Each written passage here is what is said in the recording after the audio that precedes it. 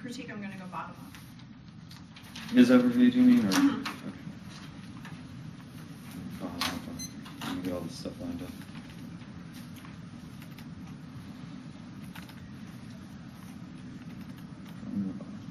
One thing I had lined up.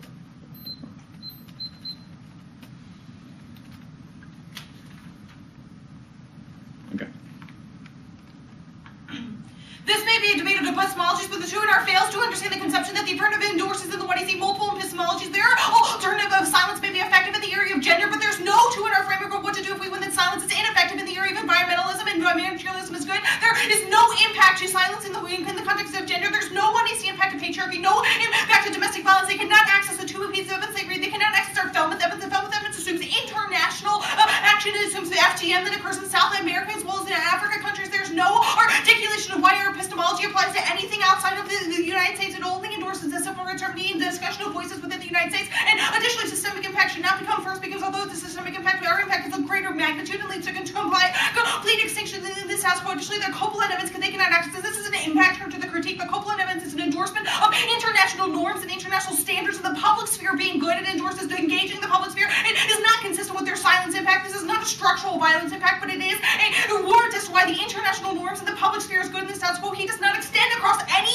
negative impacts or any impacts of their criticism. They cannot access the two pieces of the 1AC evidence. Additionally, he concedes that time frame is a tiebreaker. Do not feel bad voting on time frame on an epistemological debate because we will win the time frame. Our World Watch evidence says the mass scientific data indicates that the environment will collapse in the status quo unless in the status quo. There's no time frame to the Copeland evidence. Women have been dying for this century, but it's never led to complete extinction. Additionally, our Fisher and Gilmore evidence indicates that litigation will not take a long time, but is future predicted that the new appointments of Roberts and Alito will lead to a strike down in the status quo. There's no additionally the litigation argument also links to gender violence. They can only access warrants as to why our epistemology in the area of gender bad once the litigation is actually filed and they go to the civil rights attorney. A case the way they argue the way they frame the debate that will all be answered on the criticism debate, the environment debate.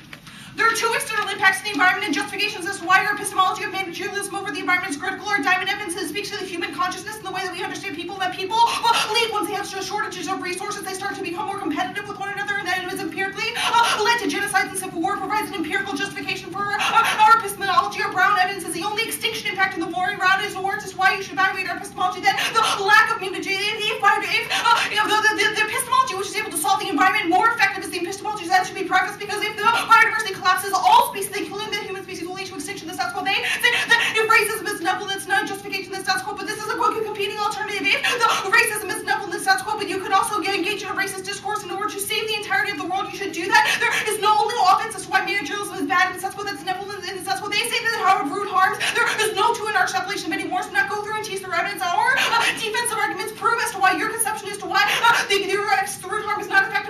There's no alternative in the argument. You do not lead to silence over the environment. You just lead to the state taking over the environment. Materialism is inevitable. It's just a question of whether or not the state regulations fill in. Or Ahmed Evans says that state regulations are ineffective because they are more competitive. He says the question of active efficacy or we're not able to solve because we disconnect from the environment. Or Thompson Evans' impact turns out saying we must disconnect ourselves with the environment and use commercial justifications because people only care about money, and the only way to solve the environment is through a disconnection, through the insertion of commerce. They say that uniqueness does not matter in the question of ethical questions. Uniqueness does matter in the question of whether you must evaluate the environment in which your epistemology is operating in. If your epistemology is operating in an environment in which regulations are inevitable, there's no warrant as to why you should necessarily just reject materialism that is more effective than guilt link. We impact through this argument. You must be able to feel a form of guilt towards the environment because that is the only way to stop the entire extinction. That's our Brown evidence. We control time frame. That's the strikes across all of our offense or opals evidence.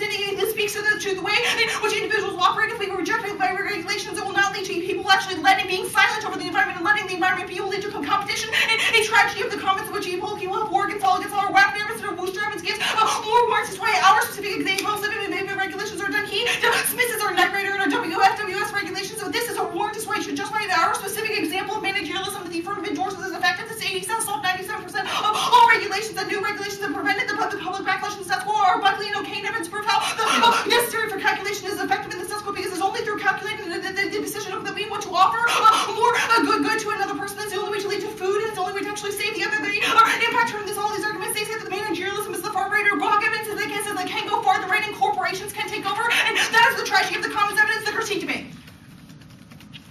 We may lose the link debate, but we'll win that the alternative links harder, and we're internally turning all of your arguments. Our vain Cheney evidence and our Pablo evidence proves that silence is an impossible epistemology to engage in. You're justifying an epistemology which is impossible. The women cannot choose necessarily not engage the state, but the state will force charges, the prosecutor can force them to testify against their will and tell the stories of the test. Well, that's all. Or warrants us why the criminal system right now bogs them and says if you as an activist and choose to engage in epistemology of silence, that is not just like that other people, the right will take over, lead to increased corporation destruction of the environment, more militarism, and more social hierarchies internally, turning every one of your impacts internally into all the structural rights. They can see that there's no impact to BIPOR. The O'Kane and Dickinson evidence for democratic system of BIPOR, the framework to make the one, they can see that the framework changed from the one in C to the one another, the one in C was a fiat, and the one was epistemology argument, even if the cards may read their tags from not explicit use, the framework, the affirmative still functions to the affirmative domain does not have a single epistemology, even if we are back for gender or view of materialism and net beneficial, you still evaluate all of our environment impacts are Diamond and Brown because they are the only ways to explain which epistemology is more important. You must evaluate the benefits of your epistemology in order to determine which one is on net beneficial. All of our uniqueness arguments still function. You should not evaluate epistemologies in a vacuum. It's critical to determine your epistemology is dependent and the solvency of the epistemology is dependent upon the environment and the system in which is operating deployed. Your system of silence is impossible in a system in which individuals have no choice about whether or not to go for the criminal system, the permutation. We're not going for it. Just like the top of the critique will win enough defense to all these different arguments that you cannot access or impact to these arguments are called Baldwin, Crenshaw, and Vinci and Gabbard specific to the Furna plan that there is on net averse that the Furna plan leads to civil society and contestation of which individuals have a voluntary choice of whether or not they want to use this. The civil rights argument, the Furna does not force it into this argument. These are not all offensive link claims because you must frame the grounding of whether or not the epistemology is effective in the context of the criminal system. Yeah.